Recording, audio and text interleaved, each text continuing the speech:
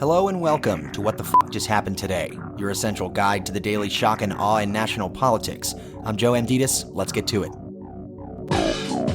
It's Monday, December 4th, 2023. Welcome to day 1049. A three-judge panel concluded that Trump does not have absolute immunity from lawsuits seeking to hold him accountable for the January 6 riot at the Capitol. The panel concluded that Trump's incendiary speech to his supporters near the White House on that day was not an official presidential act and therefore not protected by presidential immunity.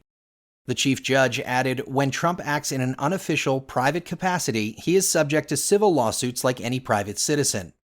The ruling allows a number of lawsuits to move forward, including several brought by members of Congress and injured police officers. The court, however, left open the possibility for Trump to try to prove that he was acting as president rather than as a candidate for re-election when he addressed the crowd at the Ellipse. Hours later, the judge overseeing Trump's criminal election subversion case ruled that he had no protection from prosecution as a former president. Judge Tanya Chutkan wrote, whatever immunities a sitting president may enjoy, the United States has only one chief executive at a time, and that position does not confer a lifelong get-out-of-jail-free pass. She added that Trump's 4-year service as commander-in-chief did not bestow on him the divine right of kings to evade the criminal accountability that governs his fellow citizens. Moving on, Israel resumed its aerial bombing campaign and ground operation in Gaza after the temporary ceasefire between Hamas and Israel collapsed. During the 7-day pause in the fighting, Hamas freed more than 100 hostages, and Israel released more than 240 Palestinians from Israeli prisons. Following the collapse of the truce, the Israeli Defense Forces announced it was expanding its operations to all of the Gaza Strip and called on Gazans to evacuate to the south, which the United Nations Humanitarian Office said was already overcrowded. More than 80% of Gaza's roughly 2.3 million residents have now been displaced, with most of the population already relocated to the Southern Territory. The top humanitarian relief coordinator at the UN said the situation keeps getting more apocalyptic, adding, people are being ordered to move again with little to survive on, forced to make one impossible choice after another. Meanwhile, Israel reportedly knew that Hamas was planning a major terror attack more than a year in advance of October 7th. Israeli military and intelligence officials obtained a 40-page document last year, codenamed Jericho Wall, which detailed the October 7th attack, but officials dismissed the plan as beyond Hamas's capabilities. And yet, the attack by Hamas closely followed the outline in that document, which called for a barrage of rockets at the outset of the attack, drones to knock out the security cameras and automated machine guns along the border, and gunmen to pour into Israel en masse in paragliders, on motorcycles, and on foot, all of which happened on October 7th. 3 months before the attack, Israeli intelligence warned that Hamas had conducted a day-long training exercise that mirrored what was outlined in the blueprint. Israel, however, ignored the warnings.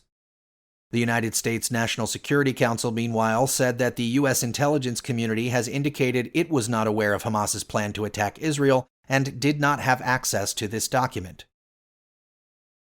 Moving on, the White House warned it will be unable to continue providing weapons and assistance to Ukraine if Congress doesn't approve additional funding by the end of the year. In letters to party leaders in the House and Senate, the White House budget chief warned that inaction threatens to kneecap Ukraine on the battlefield and will let autocracy prevail.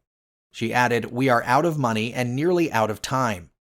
Republicans want to tie Ukraine aid to U.S.-Mexico border policy changes, despite Congress failing to take meaningful action on immigration for decades. Moving on, the House voted to expel George Santos over his many fabrications on the 2022 campaign trail, as well as his 23 federal charges and a recent report from the House Ethics Committee that accused him of a complex web of unlawful activity involving his campaign, personal, and business finances. The vote makes Santos the 6th lawmaker and first Republican in U.S. history to ever be expelled from the House. Representative Max Miller, meanwhile, accused Santos of stealing his and his mother's personal credit card information to make illegal campaign contributions. Meanwhile, the EPA issued new regulations to reduce methane emissions from oil and gas industry operations by nearly 80% over the next 15 years. The rule will prevent an estimated 58 million tons of methane from escaping into the atmosphere, the equivalent of nearly all the carbon dioxide emitted by the power sector in 2021. It's also equivalent to taking more than 300 million gas-powered cars off the road for a year. The amount of methane that would be captured from cutting down on leaks would be enough to heat nearly 8 million American homes for the winter. At the same time, many of the world's biggest oil companies pledged to slash methane emissions from their wells and drilling operations by more than 80% by the year 2030. And finally, the president of the Global Climate Summit, COP28, claimed there is no science that proves fossil fuels must be phased out to avoid catastrophic warming and keep global temperatures from rising above 1.5 degrees Celsius over pre-industrial levels. The Sultan of the United Arab Emirates, who is also the chief executive of the UAE's state-run oil company, made the comments a little over a week before he officially began to preside over the annual UN climate negotiations.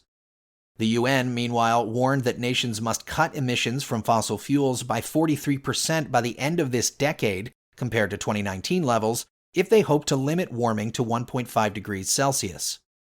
The UN Secretary-General said the 1.5-degree limit is only possible if we ultimately stop burning all fossil fuels, not reduce, not abate, phase out, with a clear time frame aligned with 1.5 degrees. That's all for now. You can find the links and sources for all of these stories on the main website. And as always, visit whatthefjusthappenedtoday.com for the latest news and headlines. Until next time, I'm Joe Amditas.